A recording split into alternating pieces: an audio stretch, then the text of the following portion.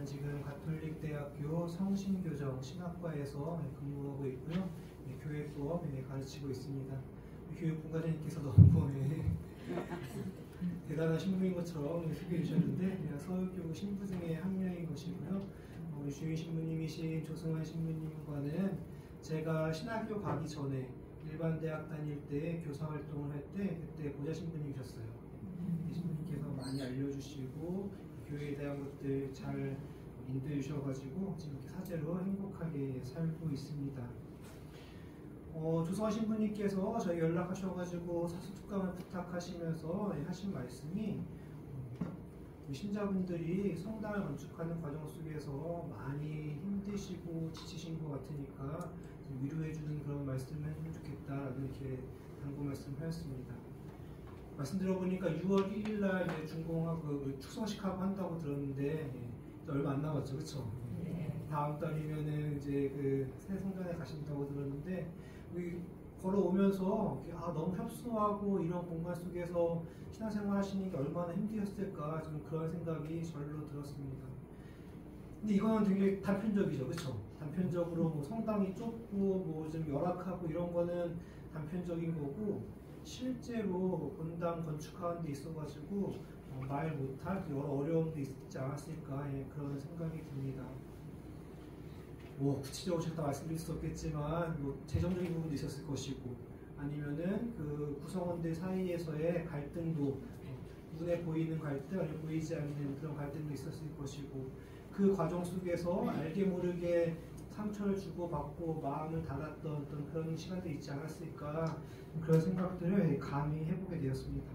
그런데 공통점은 어떤 마음일지 모르겠지만 다 하느님께 좋은 집을 지어드리고픈 그 마음만큼은 다 똑같다고 생각이 들어요. 우리가 아주 작은 행사를 한다고 하더라도 어린이들 데리고 행사한다고 하더라도 그 생각이 다르거든요. 이렇게 서로 의견이 갈리게 되는데 하느님의 집을 짓는 이 큰 일을 하는데 아무래도 많은 분들의 생각이 다를 수밖에 없지 않았을까 그런 생각이 듭니다.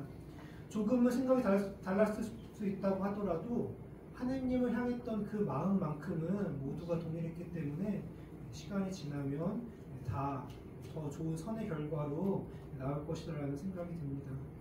그래서 이 시간들이 공동체가 더 단단해지고 하느님께 좋은 집을 지어드리는 그 선한 마음이 더 큰 열매로 맺어질 것이라는 확신이 듭니다. 그동안 성당 건축하시느라고 여러 가지로 고생 많으셨고 새로운 집에서 하느님께서 주시는 그 사랑을 서로 주고받으면서 아름다운 가라기는 공동체가 될 수 있기를 역시 기도 중에 기억하면서 함께 하겠습니다. 사순특강을 시작하는데 성모님과 함께하는 예수님의 순한 여정이라고 의 주제를 정해봤습니다. 주제를 보고 어떤 생각이 드시나요? 주제를 보면은 약간 조금은 뜬금없다는 생각 들지 않으셨나요? 사순시기에 갑자기 왜 성모님이지? 라는 생각을 하실지도 모르겠어요. 5월 성모성월도 아니고 그렇다고 10월 묵주기도 성월도 아닌데 사순시기 때 성모님? 이게 갑자기 무슨 얘기일까? 하는 생각을 할 수 있을 것 같습니다. 그런데 제 경험으로는 사순시기의 의미를 가장 잘 파악할 수 있고 잘 보내는 방법이 성모님과 함께 예수님의 삶을 바라보는 것이 아닌가 그런 생각을 했습니다. 그러면 사순시기가 뭔지부터 봐야 되겠죠. 사순시기가 뭐냐? 사순시기가 뭐죠? 사순시기가? 대답 안 하셔도 돼요. 좀 여러분들 스스로 생각하시면 되는 겁니다. 40일 동안 예수님의 순환과 죽음을 묵상하면서 그 이후에 있을 예수님의 부활과 승리를 기다리는 시기라고 우리는 많이 이야기합니다. 이 과정 속에서 우리의 죄와 잘못을 성찰하고 우리를 위하여 십자가에 못 박히신 하느님의 사랑을 느끼는 시기, 이게 정답이에요. 예수님의 순환과 죽음을 묵상하고 예수님의 부활을 기다리는 시기, 우리의 죄와 잘못을 성찰하고 십자가에서 못 박혀 돌아가시는 하느님의 그 큰 사랑을 느끼는 시기. 근데 잘 와닿지가 않죠. 이렇게만 얘기하면은. 저는 예전부터 이렇게 사순시기 들으면은 뭔가 좀 마음이 무거워졌어요. 긴 겨울을 마치고 봄의 기운이 조금씩 나오는 이 2월 말, 3월 초에 이때부터 사순시기가 시작되는데 무겁게 다가오는 순환, 죽음, 이런 단어, 그다음 죄 이런 것들을 떠올린다는 것 자체가 조금 불편했습니다. 그런데 사순시기의 의미를 조금만 바꾸어서 생각해 본다면은 이 시기는 은총의 시기가 될 수 있어요. 어떻게 바꿀 수 있느냐? 온전한 인간이셨던 예수님을 바라보는 시기라고 할 수 있습니다. 우리는 예수님을 온전한 하느님이자 온전한 인간이었다라고 고백을 합니다. 그런데 우리는 신앙 안에서 예수님을 하느님으로서 우리의 구원자 예수 그리스도로만 생각을 많이 하지 정작 그분이 살아가셨던 인간으로서의 모습에 대해서는 크게 생각하지 않는 경향이 있어요. 아마도 예수님을 인간으로 생각하는 것 자체를 불경스럽게 느끼는 것이 아닌가 그런 생각이 듭니다. 그러다 보니까 하느님이 너무나 멀게만 있는 분 그렇게 느껴지게 되는 것이죠. 근데 분명 예수님은 이 땅에서 우리와 똑같은 인간으로 살다가 돌아가신 분입니다. 교리상으로는 죄 이외에는 인간의 모든 조건을 동일하게 간직하시고 같은 방식으로 살았다라고 가르치고 있어요. 인간이었기 때문에 죽을 운명을 지니고 있었고 결국에는 십자가에서 돌아가시게 됩니다. 따라서 예수님의 순환과 죽음만 바라보려고 그러면은 사순시기가 너무 무겁게 다가오지만 인간이었던 예수님, 그분은 어떻게 살아갔을까? 어떤 고민을 하고 살았을까를 생각하면은 사순시기의 의미가 조금은 더 친숙하게 다가올 수 있으리라고 생각이 듭니다. 그러면 어떻게 하면은 인간이었던 예수님을 잘 알 수 있을까? 제가 생각하는 방법은 성모님과 함께 예수님을 바라보는 것이라고 할 수 있습니다. 어떤 사람에 대해서 알려고 할 때 누가 그 사람을 가장 잘 아는가 생각해 보죠. 누가 그 사람에 대해서 잘 알고 있는가. 많은 경우에 사람들은 자기 자신이 나를 잘 안다라고 생각하지만 사실은 그렇지 않을 때가 더 많죠. 남들이 나를 바라볼 때 나의 진짜 모습이 더 잘 드러날 때가 있습니다. 친구들이나 가족들이 나의 진짜 모습을 더 알 때가 많이 있어요. 마찬가지로 예수님을 가장 잘 알고 있는 존재, 인간이었던 예수를 잘 알고 있는 존재는 성모님이라고 생각합니다. 왜냐하면 예수님과 가장 오랫동안 산 인물이에요. 10달 동안 뱃속에 예수님을 품고 있었고 태어나서 30년 동안 돌보고 함께 지내셨습니다. 우리가 읽는 복음서는 예수님의 공생활 30살 이후에 3년 정도의 시간만을 집중적으로 우리에게 알려주지만 인간으로서 잉태되고 태어나고 성장하는 그 30년 동안의 시간은 전부 성모님과 함께했던 시간이에요. 그래서 성모님은 예수님을 가장 오랫동안 보아온 존재이고 그런 분이십니다. 학자들마다 사람이 태어나서 한 인간으로서의 정체성이 형성되는 그 시기를 구분하는 것은 조금씩 다르긴 한데 공통적으로 얘기하는 것은 아주 어린 시기에 그 사람의 정체성이 형성된다고 합니다. 그리고 이 형성의 대부분은 나는 기억하지 못하는 어린 시절, 그 무의식 속에서 형성될 때가 많이 있어요. 무의식의 영역이라고 할 수 있는 유아기 때 인간의 많은 부분이 형성되는데 그 시간들을 기억하고 있는 것은 내가 아니라 그때 나를 키워준 어머니의 경우가 더 많이 있습니다. 가끔 저도 어떨 때 나도 내 마음 모를 때가 있는데 어머니가 저의 마음, 저의 행동을 보고서 제 마음을 캐치할 때가 있어요. 그것은 아주 어렸을 때 제가 보여줬던 그리고 나도 기억하지 못하는 사소한 행동, 표정, 말투 이런 것들을 엄마는 기억하고 있는 것이죠. 그것들을 통해 가지고 말 못하는 저와 의사소통을 했었기 때문에 얘가 또 이런 표정이 나오네. 그럼 이거 지금은 약간 기분이 안 좋은 건데 이런 말투를 하면은 뭔가 좀 예민한 건데 그거를 알고 있으신 거죠. 마찬가지로 성모님도 예수님을 그렇게 키우셨다는 것이죠. 예수님이 하느님이시긴 하지만 이 땅에 인간과 똑같은 조건을 가지고 태어나셨기 때문에 그 방식으로 인간의 방식으로 양육되었다라고 할 수 있습니다. 또한 이 세상의 모든 어머니들이 그러하듯이 성모님의 시선은 항상 예수님을 향해 있어요.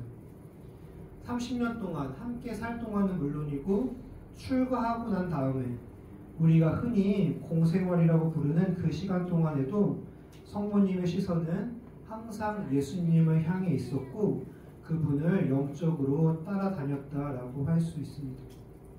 예전에 제가 산책을 하다가 어떤 아파트 입구에 할머니 한 분이 앉아 계시더라고요. 근데 오고 가면서 많이 뵀던 분이어가지고 여쭤봤어요. 할머니 지금 뭐 하고 계세요? 왜 추운데 나와 계세요? 라고 물으니까 할머니께서 아들 기다려 이렇게 말씀하시는 거예요. 근데 아들이 뭐 제 또래 되거나 아니면 조금은 더 나이가 많았을 것 같은데 그러면 뭐 알아서 오겠지 뭐. 그러면서 이렇게 5분 10분 기다리시겠다 생각을 했어요. 언제 와요? 물어보니까 1시간 뒤에 오는데 1시간 뒤에 오는데 정자에 나와가지고 그 아들을 기다리시는 할머니의 모습이 굉장히 인상적이었습니다. 할머니가 기다리면서 뭐 했을까요? 기다리면서 기도했을 수 있겠죠. 아들이 잘 오기를, 혹시라도 오다가 사고가 나지 않을까, 아니면은 그 1시간 동안이 그냥 무료한 시간이 아니라 아들을 생각했을 때 그 시간이잖아요. 마찬가지로 성모님도 그렇게 예수님을 키우셨고 항상 예수님을 바라보면서 예수님의 순한 여정을 걸었다라고 생각을 합니다. 그래서 여기 세 번째 보면은 마리아를 통해서 예수님에게로 라틴어를 가지고 왔는데 제가 뭐 교수라고 해가지고 뭐 신학적이고 어려운 내용들을 다 빼고요, 그냥 라틴어 하나만 가져왔습니다. 페르 마리암 앗 예수, 마리아를 통해서 예수에게로. 이거 제가 만든 말이 아니라요, 교회 전통 안에서 굉장히 많이 쓰이는 말입니다. 교회의 성인들은 성모님이 우리를 예수님께 인도해 줄 수 있는 가장 빠르고 효과적인 길임을 알고 있었어요. 수많은 성인들은 성모님을 통하여, 성모 신심을 통해서 예수님께 도달했고, 낯설게만 느껴지는 예수님, 멀게만 느껴지는 하느님을 친숙하게 만날 수 있는 길로서 성모님을 제시했습니다. 우리 여기 임시성전이어가지고 이렇게 성전이 너무 좁긴 하지만 큰 성당이라고 생각을 해보죠. 우리가 새롭게 지을 그 큰 성당에서 맨 뒤에가 있고 맨 앞에 제대가 있어요. 조그만 아기가 있다고 생각을 했죠. 조그만 아기. 이제 막 걸음마를 하는 정도야. 걸음마를 하는 정도인데 그 아기가 제대 앞으로 오고 싶어요. 이 아기가 가장 빨리 올 수 있는 방법은 뭐가 있을까요? 내가 할 수 있는 거는 이제 막 걷기 시작했어. 아장아장 걷는 방법이 있겠고, 아니면은 기는 게 더 빠를 수 있거든요. 막 걷기 시작한 애들은 기는 게 빠르니까 기어가야 되겠다 할 수 있겠고, 아니면 보행기 같은 거 있잖아요. 보행기 타가지고 끄는 방법이 있겠고. 근데 똑똑한 애들은 어떻게 합니까? 엄마한테 가죠. 엄마한테 가서 뭐해요? 그냥 이래요. 이게 뭐죠 이게? 자기 안으라는 거지. 엄마가 안아줘. 그래서 딱 엄마가 안으시겠죠. 어떻게 합니까 애기가?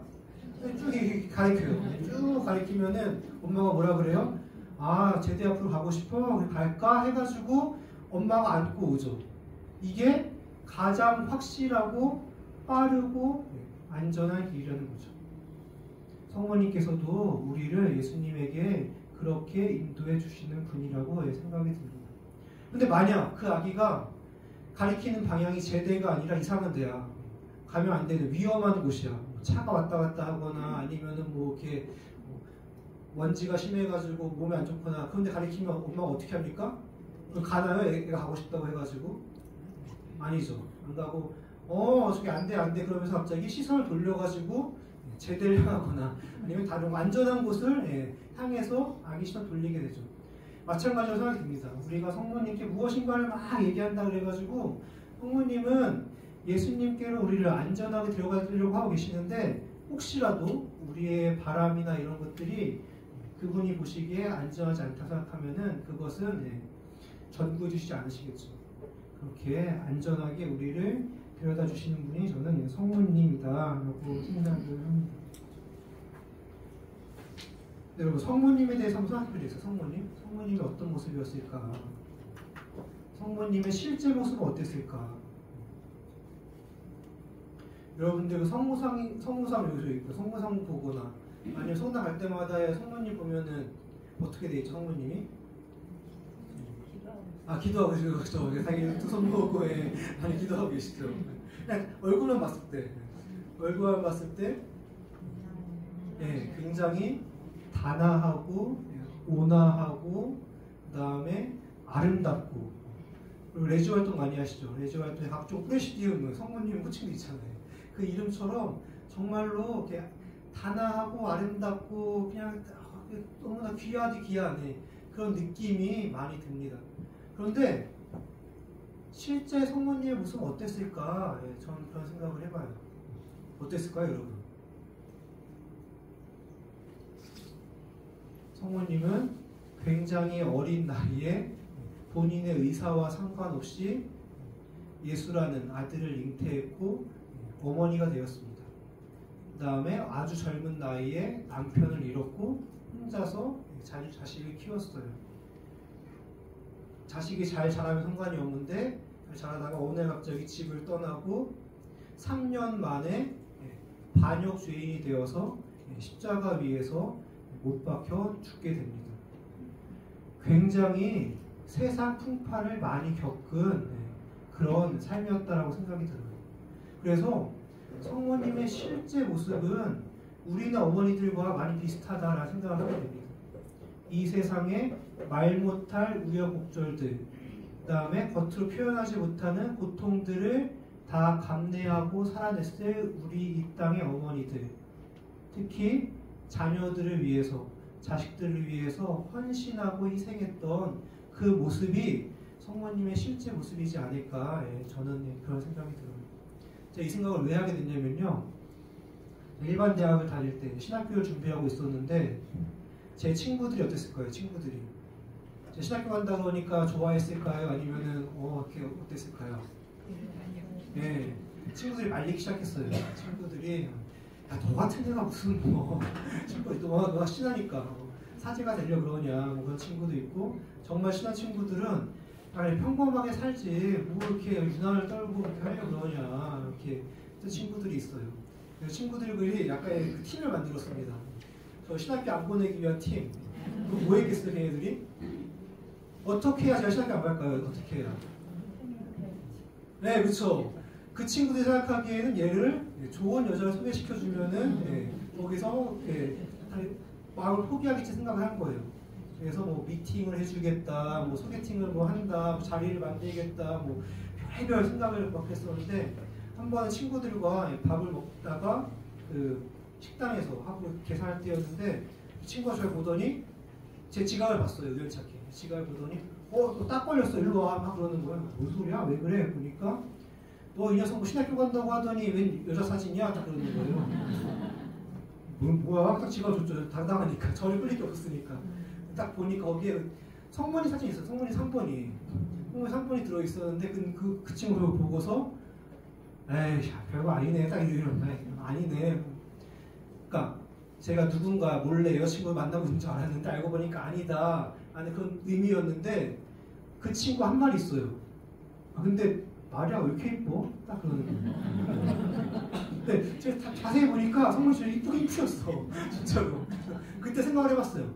진짜 성모님이 이렇게 아름다우셨을까? 물론 어렸을 때는 청년 때는 그러셨겠지만 마지막 성모님의 모습은 어땠을까라고 생각을 해봤을 때 그때의 모습은 굉장히 세상 풍파를 다 겪어낸 이 땅의 어머니들의 모습이 아니었을까 저는 그런 생각을 해봤습니다. 그래서 이런 정도의 말씀을 드리면은 성모님과 함께 예수님의 생애를 바라보는 것이 조금은 친숙하게 다가올 수 있으리라고 생각이 듭니다.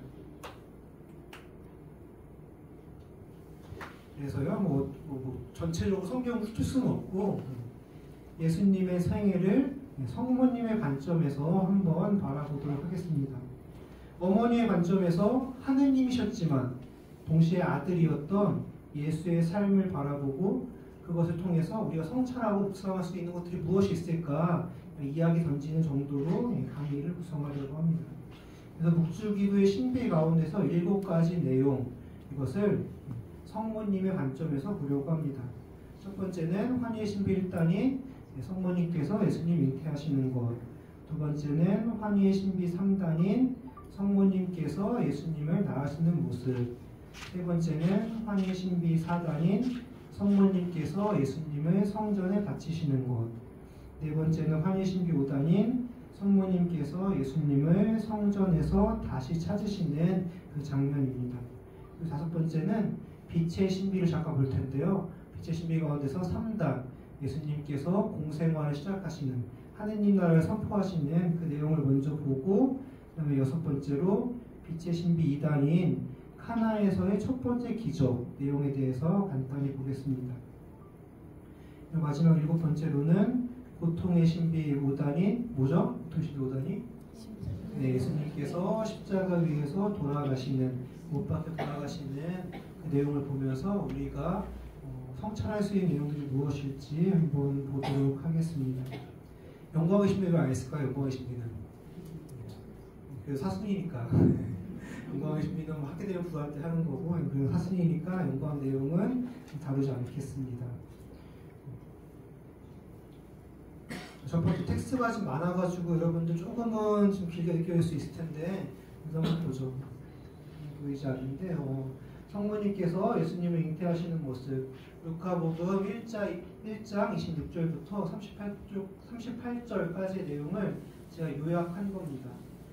하느님은 가브리엘 천사를 갈릴리 나자렛에 사는 마리아에게 보냈다. 마리아는 다윗 가문의 요셉과 약혼한 처녀였다. 천사는 마리아에게 은총이 가득하니여 기뻐하여라. 주님께서 너와 함께 계시다 라고 인사하며 나타났다. 마리아는 이 말을 듣고 놀랐다는 표현을 하시는 빠진 게 맞습니다. 이 말을 듣고 그 의미를 곰곰이 생각했다.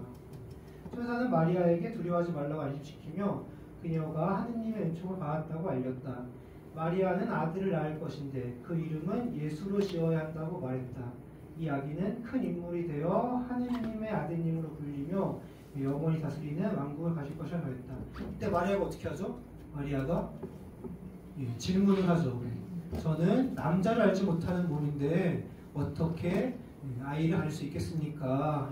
라고 질문하니까 천사가 어떻게 하죠? 천사가 설명을 해줘요. 네 친척 엘리사벳을 봐라. 엘리사벳이 그 어려운 그 늦은 나이에도 아기를 잉태하지 않았느냐. 그 다음에 하느님께는 불가능한 일이 없다라고 이야기를 합니다. 그래서 성모님 마리아가 어떻게 해요? 마리아가 보십시오 주님, 저는 당신의 종입니다. 당신 말씀대로 저에게 이루어지기를 바랍니다 라고 응답을 하게 됩니다. 이 텍스트에서 성모님께서 예수님을 잉태하는 이 사건 속에서 우리가 봐야 될 부분은 첫 번째로는 성모님께서 곰곰이 생각하시는 그런 모습이라고 생각이 들어요. 어떠한 일이 발생했을 때 우리는 거기에 대해서 생각을 하게 되죠. 뭐지? 이게 어떻게 된 일이지? 생각을 한 다음에 보통 어떻게 하죠? 그 다음에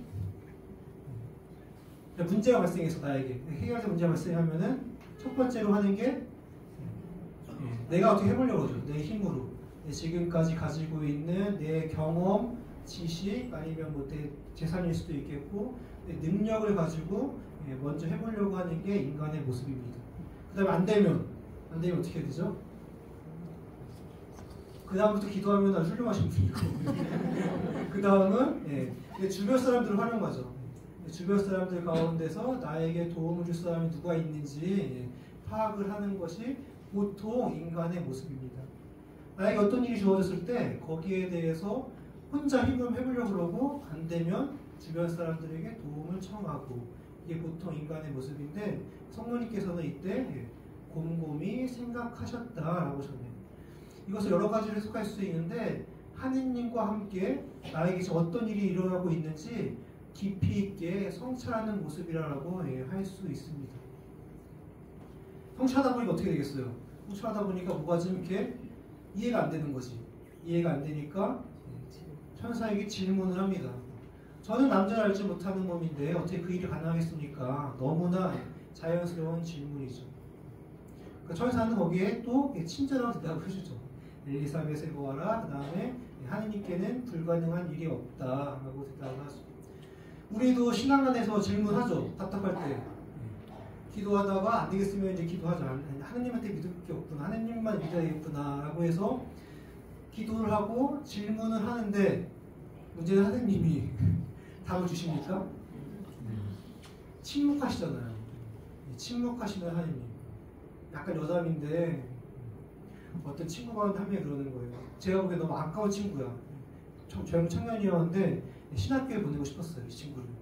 신학교에 보내고 싶은데 이 친구는 여자친구가 있고 싶대. 그래가지고 너 이상형을 말해봐라. 너의 이상형에 대해서 내가 확실하게 찾아주겠다.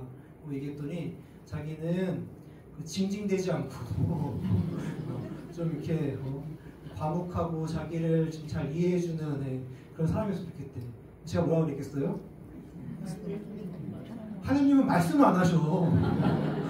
침묵에 대가셔 하느님이. 결국에 그 친구가 성수의 길을 걷지 않았는데 하여튼 그만큼 우리가 질문을 하긴 하지만 하느님께서 많은 경우 침묵을 하시죠. 그럼 어떻게 하느님의 뜻을 알아야 되겠습니까? 어떻게 알아내야 될까요? 답을 안 하시는데 복음처럼 말하면 얼마나 좋겠어. 천사가 나타나가지고 자 하느님의 뜻은 이겁니다라고 알려주면은 얼마나 좋겠어요.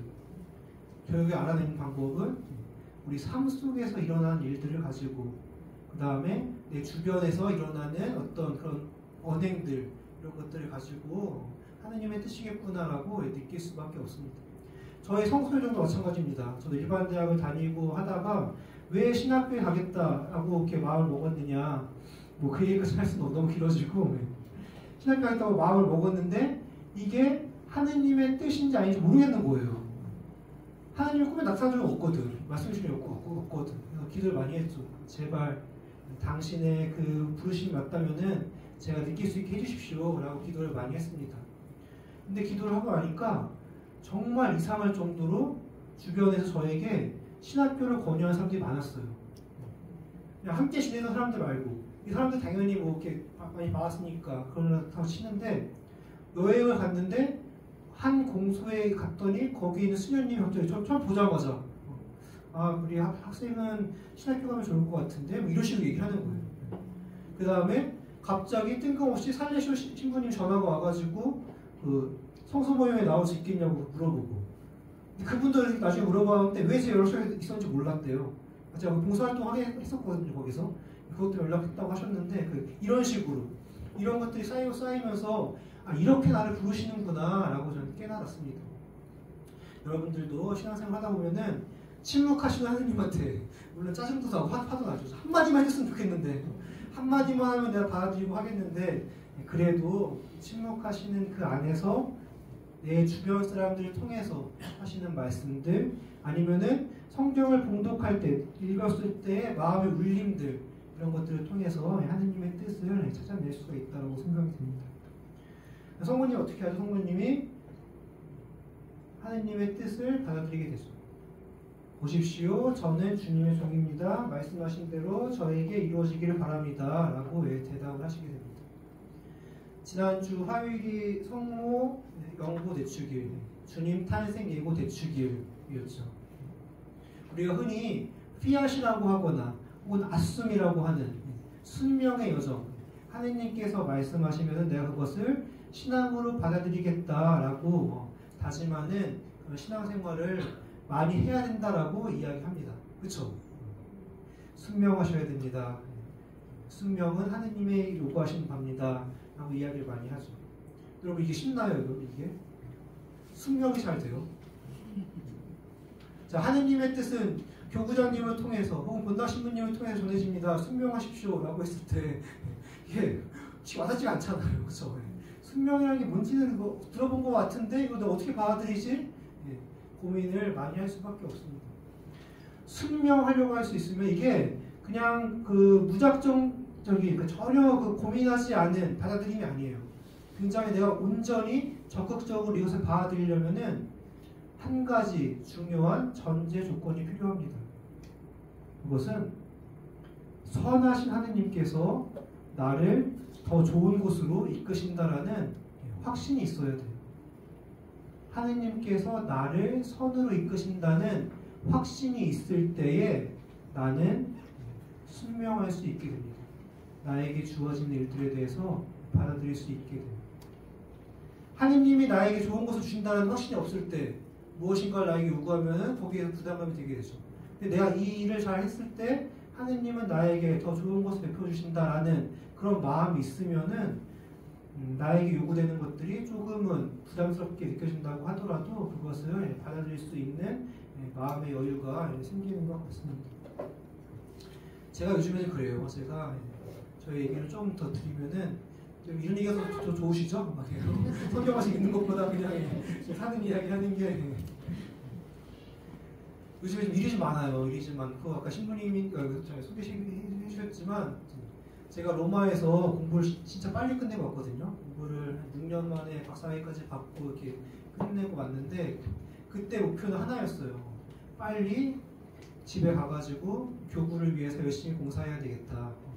교구가 나를 위해서 이만큼 투자했으니까 나는 최단시간 돈 조금 쓰고 교구도 조금만 쓰고 교구 가서 열심히 공사하는 게 내가 교회를 사랑하는 방법이다 라고 다짐을 하면서 열심히 공부를 마치고 돌아왔습니다. 돌아왔더니 어떻게 됐을까요? 정말 너무하다 싶을 정도로 계속 일이 주어져요. 계속 일이 주어지고 제가 봐도 제가 어른들 입장이라 하더라도 일을 많이 줄 것 같아요. 제가 아직은 40대 초중반이긴 하니까 어른들이 보기에는 한참 일할 나이인 거죠. 한참 일할 나이고 능력도 좀 있어 보이고 잘 이렇게 순종하는 편이고 하니까 계속 주는 거지 일을. 주다 보니까 할 일이 너무 많은 거예요. 할 일이 너무 많아가지고 어떻게 해야 됩니까? 할 일이 많으면 할 일이 많으니까 첫 번째 했던 거는 잠을 좀 줄였어요. 잠을 줄여야 되겠다. 일이 많으니까 잠을 줄이기 시작했습니다. 이거 가지고 안 되겠어. 잠을 줄였는데도 그래도 시간이 부족해. 그걸 어떻게 했느냐? 조금 부끄럽긴 하지만 기도 시간을 좀 줄였습니다. 제가 원래 하는 기도 시간보다 줄여가지고 기도 시간을 줄이고 잠과 기도를 줄였어요. 어떻게 돼요 사람이? 잠과 기도를 줄이니까 정상이 아닌 거예요. 굉장히 피폐해지고 또 어떻게 될까요? 예민해지고 약간 까칠해지고 이렇게 되는 거죠. 그리고 저는 행복하지가 않은 거예요. 뭐지 내가? 열심히 난 교회를 위해서 일한다고 하는데 왜 나는 전혀 이런 마음이 없지? 그래서 어쩔 수 없이 다시 이제 성찰을 하고 기도를 하기 시작했죠. 무엇일까? 라고 생각을 해보니까 하느님은 나에게 이렇게까지 원하시는 거 아니겠구나 생각이 들었습니다. 이 모든 것을 다 잘 해내고 싶었던 저 욕심이 있었던 것이죠. 하느님이 나에게 일을 주었을 때는 하느님이 교회의 이름으로 어떤 일을 하라고 주었을 때는 그냥 하면 되는 거야. 그냥 어느 정도만 하면은 돼도 하느님께서는 충분히 받아주실 건데 내가 인간적인 욕심에 의해서 그래도 내 이름 걸고 하는 건데 이 정도는 해야지. 아니면은 다른 사람들 보면은 뭐라고 할 수 있어. 이건 부끄러워. 이 마음 때문에 잠을 줄이고 기도를 줄이고 인간적인 욕심이 들어갔구나 라는 생각이 들었습니다. 하느님은 나에게 거기까지 원하시지 않는다. 선하신 하느님께서 그분의 좋으신 뜻이 나에게 이렇게까지 원하시지 않을 것이다 라는 판단이 들면서 조금씩 내려오는 연습을 하게 됐고 일을 하는 방식에 있어서도 여유가 좀 생기게 됐습니다. 물론 아직도 좀 맨날 바쁘다리 달고 살긴 해요. 바쁘다리 달고 하는데 조금은 여유가 생겼던. 그래서 여러분들도 신앙 여정 안에서 어떠한 문제가 발생했을 때 하느님과 함께 성찰하고 그 다음에 하느님께 질문을 던지고 때로는 투정일 수도 있습니다. 투정일 수도 있고 원망일 수도 있고 하는 작업이 필요한 생각이 들어요. 그러다가 하느님의 좋으신 뜻이 나에게 어떻게 이루어지겠다라는 생각이 들 때에는 그것에 맞춰가지고 하시는 게 어떨까 하는 생각을 조심스럽게 해보게 됩니다. 두 번째는 예수님의 탄생 이야기입니다. 글씨가 그러면 작으시죠, 어르신들 보시기에. 근데 제가 슬라이드 하나에 그 사건을 다루기 위해서 조금은 이렇게 작게 가져왔습니다. 다 읽지는 않겠고요. 핵심은 마리아는 임신 중이었다. 그리고 그들이 거기에 머무르는 동안 마리아는 해산날이 되어 첫 아들을 낳았다. 그들은 아기를 포대기에 싸서 구유에 뉘었다. 여관에는 그들이 들어갈 자리가 없었던 것이다. 라고 루카복음은 예수님의 탄생 이야기를 전하고 있습니다. 공관복음이 마테오, 마르코, 루카 똑같이 예수님의 이야기를 전하고 있는데 루카복음의 특징은 가난한 사람들, 소외되고 힘든 사람들에 대한 관심이 지극한 사관이라고 할 수 있습니다. 가난하고 겸손한 사람들에게 어떻게 복음을 선포할 것인가 거기 좀 초점이 맞춰져 있는데 여기서 볼 수 있는 내용은 마리아는 해산날이 되어 첫 아들을 낳았다. 해산날이 무슨 뜻일까요? 해산날이 됐다는 게 우리와 똑같은 조건으로 10달 동안 예수님을 품에 품고서 그 과정을 다 거치신 다음에 아기를 낳았다는 거죠. 특별하게 낳은 것이 아니라 알로 태어나거나 예수님 그런 것이 아니라 실제로 인간과 똑같은 조건으로 태어났고 그 여정을 성모님은 성경에는 한 줄도 기록되어 있지 않지만 어머니로서 느꼈어야 했던 그 과정을 충실히 다 겪으셨다라는 것입니다. 그 다음에 아기 예수를 포대기에 쌓았다는 포대기에. 포대기가 뭐죠? 포대기가 아기 감싸는 약간 천 같은 거잖아요. 이거는 출생 때 당연히 작은 아기를 보호하기 위한 것이고 또 다른 포대기를 암시합니다. 어떤 포대기일까요? 또 다른 포대기. 예수님께서 돌아가시고 난 다음에 무덤에 안장하기 위하여 시신에 감쌌던 그 아마포, 그 천, 그것을 암시하는 거예요. 무슨 얘기냐? 예수님은 처음부터 끝까지 탄생부터 죽음까지 인간과 똑같은 상태였다라는 것을 이야기한다라고 할 수 있습니다. 즉 여타 인간들과 마찬가지로 인간 존재의 방식, 죽음을 맞이할 수밖에 없는 그 인간 조건을 온전히 수용하신 분이 예수님이었고 그 여정을 성모님이 함께 하셨다라고 할 수 있습니다. 그 다음에 구약에서 포대기에 써있다고 하는 것은 어머니의 보살핌. 그렇죠? 우리도 그렇죠. 포대기 있으면 당연히 보호할 수밖에 없는 거잖아요. 인간의 보호가 필요했던 존재가 예수님이었다라고 이야기할 수 있습니다. 개인적으로 제가 사실 본당 경험은 사실로서 본당 경험이 2년밖에 없긴 해요. 유학 가기 전에 수유성 본당에서 2년 동안 보좌 생활을 하다 갔는데 제가 그때 함께 활동하고 하는 그 자모의 분들이라든가 좀 이렇게 어머니들한테 이렇게 호칭을 좀 이렇게 편하게 좀 많이 했어요. 반말했다는 게 아니라 그냥 이렇게 어머니라고 부르기도 하고 친해지면은 그냥 아줌마 이렇게 부르기도 하고.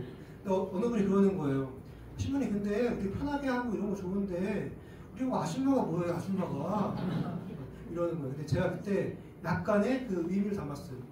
저에게 아줌마라는 이 단어는 굉장히 의미가 깊은 단어입니다. 저 진심이에요. 제가 생각했을 때 이 세상에서 가장 고귀한 존재, 가장 고귀한 직업이라고 생각하는 것은 저는 어머니라고 생각합니다. 그리고 그 어머니들만 지닐 수 있는 호칭이 아줌마입니다. 제가 누군가를 아줌마라고 부르는 것은 절대로 비하하거나 장난 그런 거 아닌 것이고 나름의 존중의 의미가 있는 것입니다. 라고 말씀드렸는데 진심이에요. 진짜로 제 청년들을 봐도 그렇고 좀 이렇게 다 안 보이는 친구 있잖아요. 정말 이렇게 사람 구실할까 막 이랬던 친구가 결혼하고 애를 낳게 되면은 너무 성숙한 모습이 보이는 거예요. 자녀를 위해 헌신하는 그 모습을 보게 되면서 저렇게 성장해 나가는구나 그리고 저렇게 어른이 되어가는구나 그런 생각을 합니다. 제가 원래 제 가족 얘기 잘 안 하는데 누님이 한 분 있거든요. 누님이 제 누님도 그랬어요. 누님도 시집가기 전에는 자기밖에 몰라서 진짜 자기밖에 몰라가지고 이제 저희 부모님도 좀 걱정하시고 그랬는데 딱 결혼하고 애 낳자마자 조카에게 헌신하는 모습을 보는데 전 너무 신기한 거예요. 아니 이렇게 이기적이고 자기밖에 모르는 누나가 애기를 키우겠다고 막 이렇게 바뀌는 모습을 보니까 아 이게 엄마가 되어간다는 거구나, 이게 어머니의 모습이구나 라는 생각을 그때 좀 많이 깨달았습니다. 그래서 또 헌신, 사랑, 조금은 추상적일 수 있는 이 단어가 우리 어머니에게 많이 부과된다라고 생각이 듭니다. 자, 그런데 성모님 입장에서는 어땠을까요? 성모님 입장에서는 성모 예수를 낳을 거라는 얘기 들었을 때 큰 인물이 될 거라 그랬는데 큰 인물이 아니라 굉장히 나약하고 약한 구유에서 태어났잖아요. 근데 비천한 곳에 태어났거든요. 약간 헷갈릴 수 있겠죠. 이거 뭐지? 분명히 좋은 큰 인물이 될 거라 그랬는데 이렇게 나약한 곳에 있어야 돼? 라는 생각했을 겁니다. 그때 나타나는 것이 목동들입니다. 목동들이 나타나가지고 하느님이 알려준 이야기를 성모님에게 전하게 돼요. 그래서 이 아기는 큰 인물이 될 것입니다 라고 다시 한번 성모님에게 알려주게 돼요. 성모님은 이것을 통해서 다시 한번 마음속에 간직하고 곰곰이 되새겼다, 이 표현이 나오게 되죠. 그럼 여기서는 어떤 것을 되새겼을까요? 성모님은 첫 번째 되새김 때는 하느님의 뜻이 무엇일까 생각했던 것이고, 여기서는 이 아기는 내게 아니겠구나, 하느님과 연결된 존재겠구나, 아마 이런 생각을 하셨을 겁니다. 하느님이 이 아이를 통해서 어떤 것을 계획하고 있구나, 그래서 인간적인 역할들을 조금은 빼야 되겠다, 아마 이런 고민을 하시지 않았을까, 저는 그렇게 생각을 합니다. 그러면서 이 아이를 통한 하느님의 계획은 무엇일까, 이런 고민들을 하셨을 것 같아요. 신학교에 있다 보면은, 신학교에 있으니까 우리 학사님들하고 지내게 되거든요. 학사님들, 미래의 사제가 될 친구들하고 지내는데 어떨 것 같아요, 여러분? 학사님들하고 지내면. 제가 지금도 역곡에서, 가톨대학 역곡에 다른 데서 강의하고 왔는데, 거기서는 그냥 엄밀히 말하면 제 후배들이 아니니까, 내 새끼라고 하는 건 아니니까 약간 수업 때 졸거나 그래도 크게 신경 안 쓰거든요. 그리고 제 할 도리만 한다, 약간 이런 게 좀 있는데, 학사님들, 사제가 되겠다고 하는 학사님들이야. 근데 만약 이 친구들이 조금 막 수업 때 졸아, 아니면 뭐 부족한 모습이 보여, 뻔히 보이는 지금 술을 숨는 게 보여, 막. 그때 어떤 마음이 들까요? 어떤 마음이? 괘씸하죠. 이것도 뻔히 보이는 수가 너무 얕은데 이걸 이렇게 얘기할까 말까. 때로는 담당 신부님에게 한번 얘기해볼까? 이런 고민이 드는 거예요. 그때마다 제가 조금은 생각을 접게 되는 이유가 뭐냐면은, 그 학사님을 통해서 이루어지고 있는 하느님의 계획은 무엇일까? 라고 생각을 하면은 조금 여유가 생겨요. 내가 본 모습은 지금 졸고 있는 모습이야. 사실 내가 보기 싫었던 거지, 그게. 그러니까 생각한 거였는데, 하느님의 계획은 무엇일까 생각하면은 조금은 부족한 모습도 수용할 수 있게 되고 여유가 생기게 됩니다. 여러분들도 마찬가지로 생각이 들어요. 자제분들, 손주분들 보시면 속 터질 때 있죠. 뭐 하자는 거지? 어떻게 해야 되지? 막 그럴 때 조금은 여유를 가지시고 한 발 더 물러나서 선하신 하느님께서 좋은 것을 이끌어 주시겠지라는 생각을 하게 되면은 욱하는 마음들, 혹은 한번 얘기하고 싶은 그런 마음들이 가라앉지 않을까, 그런 생각이 듭니다.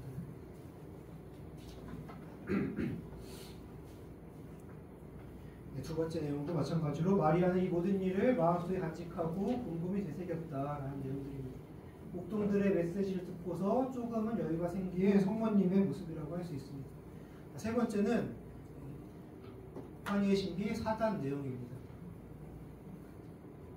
예수님을 성전에 바친 내용이죠. 성전에 바치고 그 당시에 제사장이었던 시메온이 아기 예수님을 받아 안고 인사말을 건넵니다. 주님, 이제야 말씀하신 대로 당신 종을 평화로이 떠나게 해주셨습니다. 제 눈이 당신의 구원을 본 것입니다. 이는 당신께서 모든 민족들 앞에서 마련하신 것으로 다른 민족들에게는 계시에 비치며 당신 백성 이스라엘에게는 영광입니다. 굉장히 큰 찬사죠. 아기를 봉헌했는데 아기를 받은 사제가 이 아기에 대해서 큰 찬사를 합니다. 굉장히 기분이 좋겠죠. 유아세를 한다고 생각해봐요. 유아세를 했는데 또 신부님이 아기를 낳았더니 너무나 뭐 예쁘고 좋고 하면은 당연히 가족들도 기쁘고 그럴 거 아니에요. 여기서 끝나면 좋겠는데 여기서 끝나면 해피엔딩인데 갑자기 시메온이 다른 얘기를 합니다. 시메온은 그들을 축복하고 나서 아기 어머니 마리아에게 말하였다. 보십시오. 이 아기는 이스라엘에서 많은 사람을 쓰러지게 하고 일어나기도 하며 또 반대를 받는 표징이 되도록 정해졌습니다. 그리하여 당신의 영혼이 칼에 꿰찔리는 가운데 많은 사람의 마음속 생각이 드러날 것입니다.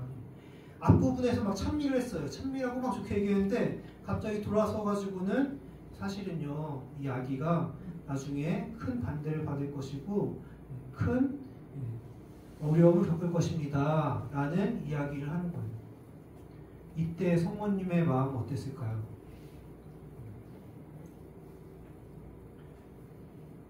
성당에서 유아세를 한 거 말고 조금은 더 현실감 있게 만약에 병원에 가서 병원에 아이가 태어났어요. 아이가 태어나가지고 검사했더니 아기 뭐 건강하네요. 너무나 좋아요 라고 했는데 갑자기 의사가 따로 부르더니 검사를 좀 해봤는데 조금은 좀 조심해야 될 게 있을 것 같아요.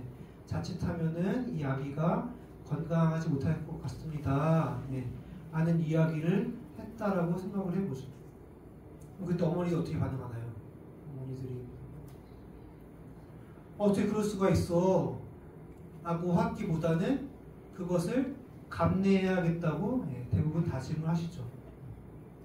왜 이런 애가 태어났어? 이런 생각 아무도 안 하실 겁니다. 그래 하느님이 이런 아이를 보내주셨구나. 이 아이의 고통을 끝까지 내가 함께 하겠다 라고 다짐을 하는 것이 보통 어머니의 모습일 것입니다. 성모님도 마찬가지로 예수님이 겪으실 고통에 대해서 함께 겪으실 것이라고 다짐을 하셨다는 것이죠. 그래서 예수님의 고통은 그 성모님의 고통이 되어서 예수님과 함께 고통을 이겨내겠다라고 다짐을 했을 성모님의 모습을 생각을 하게 됩니다. 제 주변에서도 보면은 몸이 안 좋은 자녀를 키우시는 분들 혹은 마음이 다쳐가지고 혼자 있는 자녀를 돌봐야 하는 분들이 종종 있어요. 예전에는 아픈 어린이들 보면 그렇게 많이 아팠거든요. 아픈 어린이들 보면은 병원에 있거나 치료받아야 되는 아이들 보면은 너무 딱하고 안쓰럽고 저절로 기도할 수밖에 없게 되고 그랬었는데 요즘에는 나이를 먹는 건지 아니면 제 친구들 또래가 그래서 그런 건지 아이들도 보이지만 그 아이를 케어하는 부모님들의 모습이 더 들어오는 것 같아요. 저분들의 마음은 어떤 마음일까? 어떻게 저 십자가를 감내하고 계실까? 이런 생각들을 하게 되는데 나름대로 제가 이렇게 분석하는 걸 좋아해가지고 분석을 해봤는데 그분들의 공통점이 올 것 같아요, 여러분들. 공통점이 그래도 사랑하는 모습이 있고 굉장히 겸손하세요. 굉장히 겸손하시고 모든 것들에 대해서 잘 수용하시는 그냥 이 아이만 건강했으면 좋겠다라고 생각하시면서 지내시는 거죠. 본인은 안 돌보시고 그러다 보니까 작은 것에도 감사하시고 작은 것에 기뻐하시고 물론 케어하는 게 너무 힘드니까 지치는 것도 있지만 그래도 이 아이를 아이라고 할 수도 없죠. 큰 사람도 있으니까 내가 돌봐야 되는 이 사람을 돌봐야 한다는 그 책임감에 굉장히 겸손하게 지내시는 모습들을 많이 보게 됩니다. 성모님도 그렇게 아기 예수님과 함께 고통을 겪으셨을 것이다 라고 생각이 들어요. 그 다음에는 예수님을 성전에서 되찾는 모습입니다. 이 내용은 다 아시죠? 예수님이 성전에 계셨는데 돌아가다 보니까 예수님이 없어. 그래서 마리아와 요셉이 사흘을 걸려서 왔던 길을 되돌아가서 예수님 찾아냅니다. 얼마나 놀랬겠어요. 애가 없어졌는데. 그래서 애를 다시 찾았는데 애가 어떻게 반응하죠? 제가 아버지 집에 있는 걸 몰랐으니까 왜 찾았냐는 거지. 멀쩡히 잘 있을 건데 왜 찾아왔습니까? 어떻게 해야 돼요, 여러분? 어떻게? 등짝 스매싱 한번 때리고 끌고 오고 얼마나 고생을 했는데 이렇게 해야지 우리가 알고 있는 정상적인 모습인데 성모님은 이건 역시도 마음속에 곰곰이 생각하시면서 제 생각에는 예수님을 품에서 떠날 준비를 하셨다라는 그런 생각이 들어요. 왜냐면 이때 예수님 나이가 12살이에요. 12살이면은 우리나라 보면 14살이거든요. 전형적인 사춘기 때 나이입니다. 이때면은 이제는 품에서 떠나야 되는 나이이고 그 훈련을 하는 것이다 라고 생각해요. 성모님도 아마 그 작업을 하신 게 아닌가. 이 아이는 내 아이가 아니구나. 이제는 그런 생각을 생각이 들어요. 척분당에 있을 때 그때 그 복사다 자매의 어머니가 면담을 요청했어요. 요청해가지고 면담을 하는데 아이에 대한 걱정인 거죠. 아이가 제 말을 안 듣고요. 맨날 집에서 얘기하면 같이 싸우고 소리 지르고 밖에서 내가 잘하는 거 아는데 너무 걱정이다. 그래서 진짜 뭐라 그랬겠어요 제가? 놔둬주세요. 지금 애가 좀 커가는 과정이고 이제 어머니 품에서 떠나려고 하는 그런 모습인데 그때 다그치지 마시고 그냥 어른으로서 조금만 대우를 해주면은 아이는 그런 모습을 잘 벗어날 수 있습니다. 잘 보낼 수 있습니다. 그래서 욱하지만 화나는 마음이 들지만 그때 잘 한번 참아주세요 라고 말씀드렸어요. 몇 달 뒤에 어머니가 다시 왔습니다. 다시 맨날 요청하길래 약간 쫄았어요. 안 통했다고 따지려고 온 줄 알고 안 되던데요. 그리고 말씀이 신부님 방법 효과가 있다는 거야. 자기가 몇 번 참고 그냥 받아주고 하니까 얘가 다시 말하고 말 부드러워지고 그럼 가끔 뭐하러 오셨어? 그냥 감사 인사하면 되는 거지. 근데 그분이 그러는 거예요. 그러면 앞으로 계속 이렇게 지내야 되는 겁니까? 더 이상 이 아이가 제 말을 안 듣는다고 생각해야 됩니까? 제가 뭐라고 그랬겠어요? 단호하게 내라 그랬어요. 이제는 엄마 품을 떠나고 성인으로서 성장을 해나가는 과정이기 때문에 어머니께서 품에서 놓아주시는 연습을 같이 해야 됩니다. 물론 억울할 수 있지. 어떻게 키웠는데 내 새끼가 내 말을 안 듣고 막 저렇게 딴 얘기를 하고 있어. 쉽지 않겠지만 그 작업을 해야지만 이 아이가 더 잘 성장할 수 있습니다. 라고 말씀을 드렸던 기억이 있습니다. 그럼 이 엄마들 어떻게 해요? 그러면 엄마들이 이제 그 신부님이 못할 거라고 생각하는 얘기를 해요. 근데 걔가요 성당에 안 나간다 그래요. 컸으니까 성당에 안 나간다 그래요. 제가 밀리면 안 되잖아요. 그리고 제가 뭐라 그러겠어요? 괜찮아요. 조금씩은 냉담해도 괜찮아요. 왜 괜찮다고 했느냐? 어차피 그때 끌고 와봐야 안 돼요. 끌고 와면 안 되고 시간이 지나면은 아이가 성당에 대한 기억이 있습니다. 그리고 시간이 지나면은 성당의 소중함을 깨닫게 되면은 언젠가는 돌아옵니다. 근데 지금 그 시기 때 그거를 시간적인 여유 주지 않고 땡기게 되면은 더 큰 반작용이 일어납니다. 라고 얘기해가지고 설득해서 돌려보냈던 기억이 있고 그 친구 지금 잘 신앙생활 하고 있습니다. 그래서 우리의 신앙도 이렇게 커가는 과정이 아닌가 이런 생각이 듭니다. 보면은 얘가 우리에게 왜 이렇게 하였느냐 내 아버지와 내가 너를 애타게 찾았단다라고 말씀하셨고 예수님의 반응은 왜 저를 찾으셨습니까? 저는 제 아버지의 집에 있어야 하는 줄을 모르셨으니까 반문하면서 우리 성모님에게 영광을 주게 됩니다. 성모님은 이 모든 일을 마음속에 간직하면서 하느님의 계획을 수용하면서 예수님을 하느님께 더 내어 맡기게 되고 신앙의 여정을 걸어갔다라고 할 수 있겠습니다. 이거는요, 제가 그래도 교수니까 교황문헌, 교황님께서 반포하신 교황 권고 가운데 한 부분이에요. 마리아의 예가 얼마나 큰 힘을 지니고 있는지 거기에 대한 말씀입니다. 젊은 마리아의 예의 힘은 늘 우리를 감동시킵니다.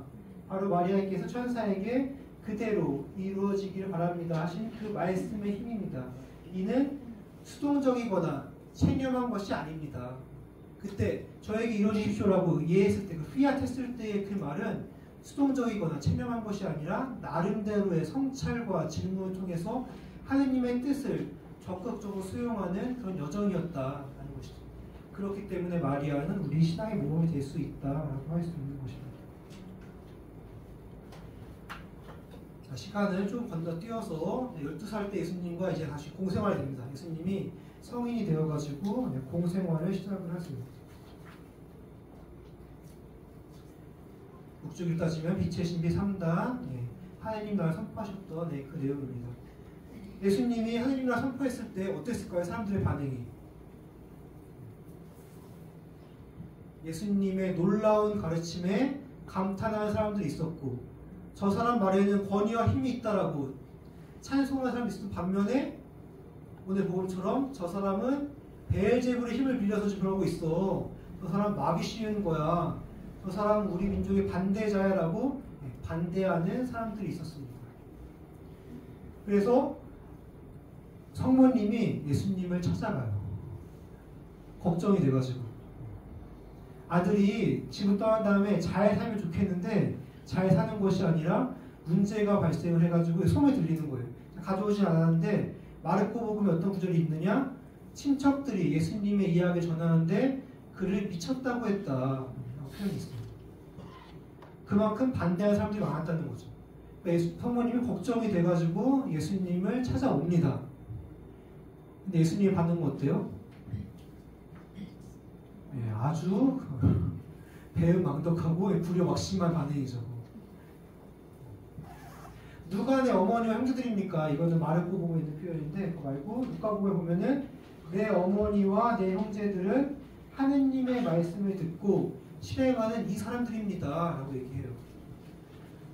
예수님 지금 밖에 예수님의 어머니가 와 있습니다. 나가보시죠 라고 했는데 거기서 받아들이는 것이 아니라 누가 내 형제의 어머니입니까? 이 사람들, 그 사람 말고 여러분들 하느님의 말씀을 듣고 실행하는 사람이 내 형제의 어머니입니다 라고 반문을 하신 것이죠.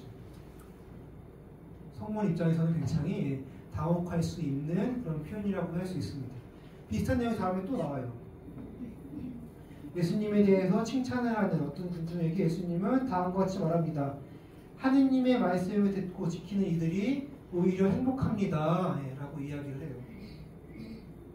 두 개의 구절에서 우리가 찾을 수 있는 것은 육적인 관계가 아니라 하느님의 말씀을 듣고 실행하는 자, 하느님의 말씀을 지키는 자가 더 행복하다라고 예수님이 말씀하셨다는 거예요.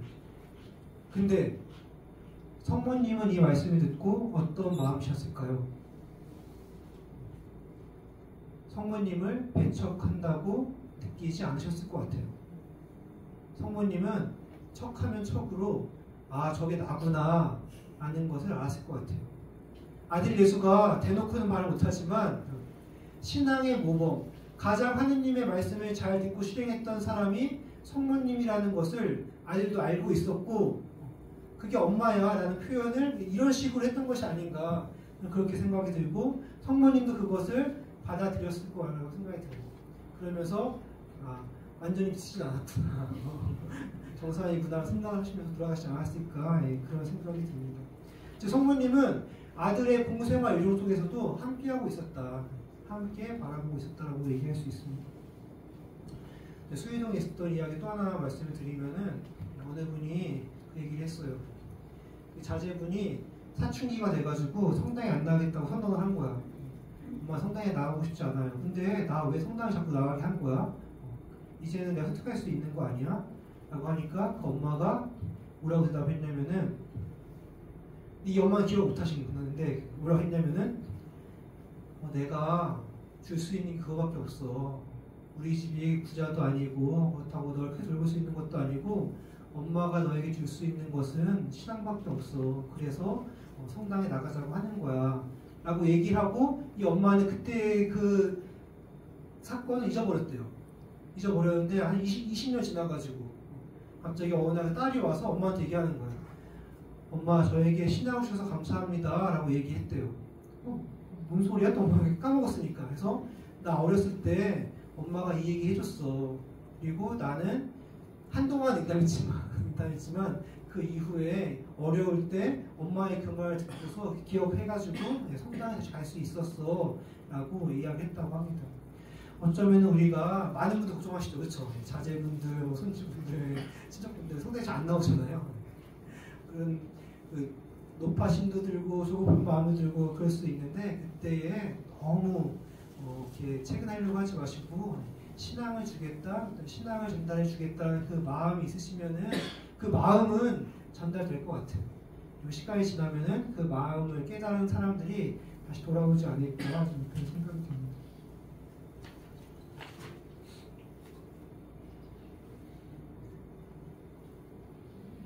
예, 성모님을 배척한 것이 아니라 성모님의 삶을 높이 평가한 것이다 라고 할 수 있습니다. 다음은 카나에서의 호인잔치. 우리가 잘 아는 이야기죠. 성모님께서 개입하셔가지고 카나에서 첫 번째 기적을 일으키신 내용입니다. 여기서 우리가 주목해야 될 것은 예수님의 어머니가 예수님께 포도주가 없구나 라고 먼저 말씀을 하세요. 근데 예수님이 뭐라고 대표요? 여인이시여 저에게 무엇을 바라십니까? 아직 저의 때가 오지 않았습니다. 첫 번째 기적이 물을 포도주로 바꾸는 기적이었죠. 근데 아직 내 때가 오지 않았습니다. 근데 엄마가 와가지고 해달라고 조르는 거 아니야.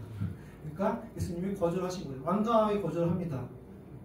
성모님이 어려움에 처해 있는 그 혼주의 입장을 보시고 좀 도와줬으면 좋겠다라고 완곡하게 포도주가 떨어졌어요 라고 얘기하니까 예수님이 아니요 아직은 제 때가 아닙니다. 안 됩니다 라고 얘기해요. 이때 성모님이 안 되겠구나 한 발 물러난 게 아니라 어떻게 하죠? 성모님이 일꾼을 불러다가 무엇이든지 그가 시키는 대로 하여라.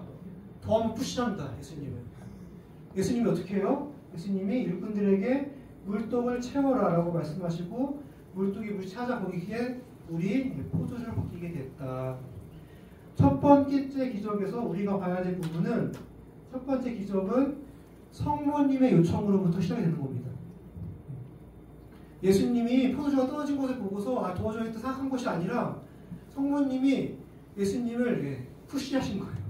도와줘야 되겠는데 예수님 완강하게 거절하죠. 아직은 아니에요. 안 돼요. 성모님 또 한 번 푸시합니다. 그거 시킨 대로 해라. 예수님이 마지못해가지고 마지못해 하는지 아니면 이렇게 시간대를 앞당겼다고 볼 수 있겠죠. 그래서 기적을 베푸시게 돼요. 그래서 우리가 봐야 될 것은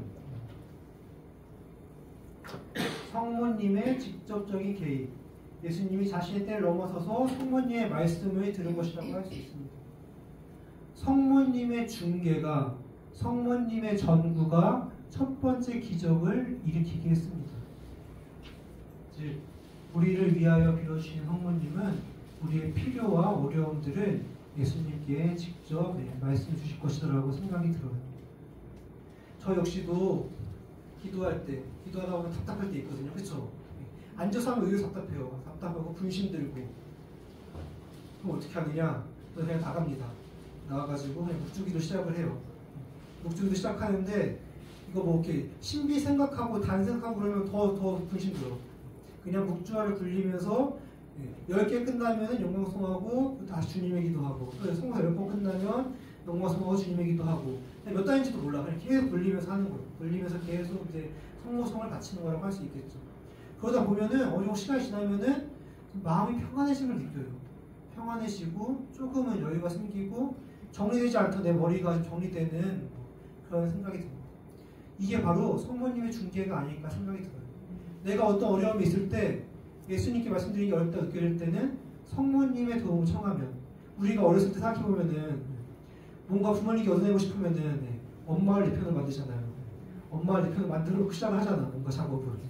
그랬던 것처럼 성모님께 전구하면은 좋은 그 열매가 나에게 주어질 수 있지 않을까 그런 생각이 듭니다.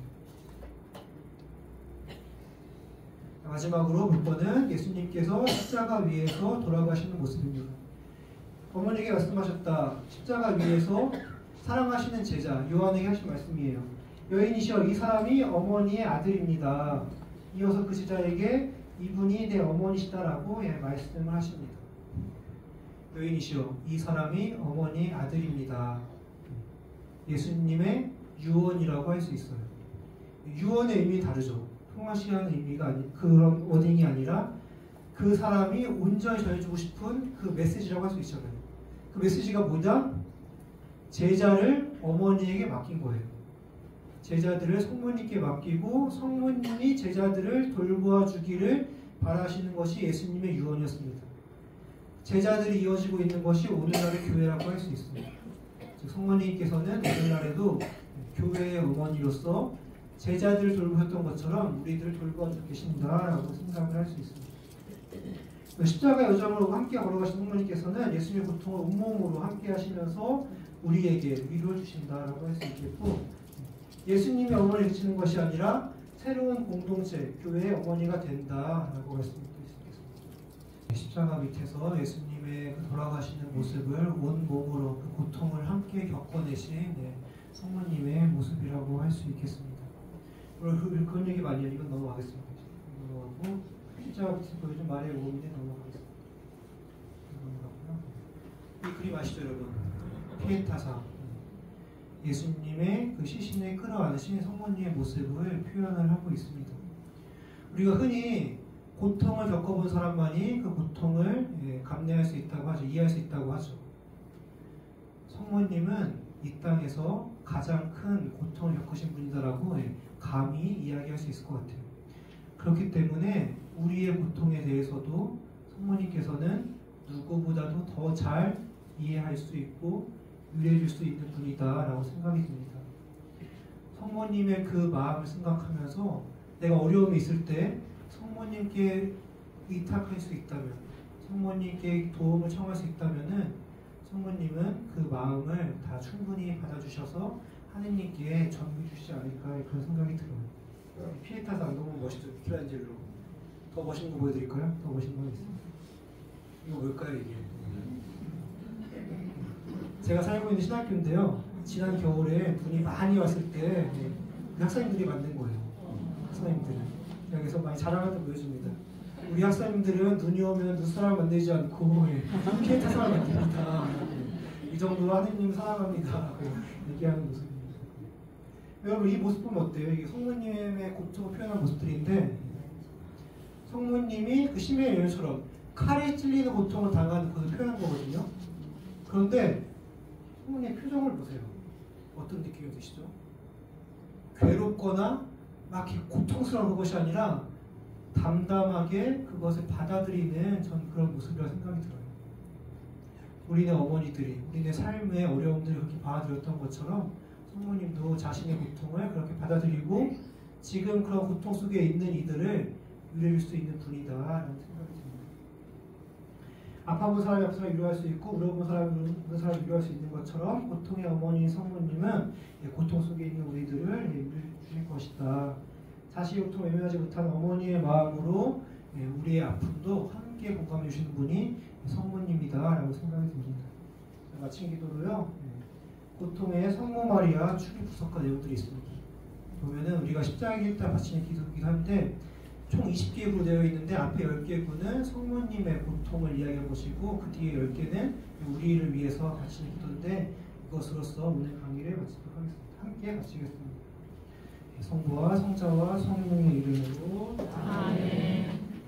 아들 예수 비단의 십자가에 성모서서 비통하게 우시네. 설고 설은 슬픈 고통 성모 성심 칼에 찔려 창성하게 뚫렸네. 독생 성자 순환하니 여인 중에 복된 성모 애간장이 다묻네. 아들 순환 보는 성모 마음 저리는 아픔 속에 하염없이 우시네. 예수 모신 이런 고통 지켜보는 우리 죄인 누가 울지 않으리. 십자가의 아들 보며 함께 받는 성모 고통 누가 슬퍼하느니. 우리 죄로 채찍 모욕 당하시는 아들 예수 성모 슬피 보시네. 이진하여 버려진 채 죽어가는 아들 보고 애처로이 우시네. 사랑의 샘 동정 성모 저희들도 슬퍼하며 함께 울게 하소서. 그리스도 하느님을 사랑하는 제 마음에 불이타게 하소서. 어머니께 청하오니 제 마음속에 주님 상처 깊이 새겨주소서. 저를 위해 상처 입고 순환하신 주님 고통 제게 나눠주소서. 사는 동안 십자가 고통 성모님과 아파하며 다시 울게 하소서.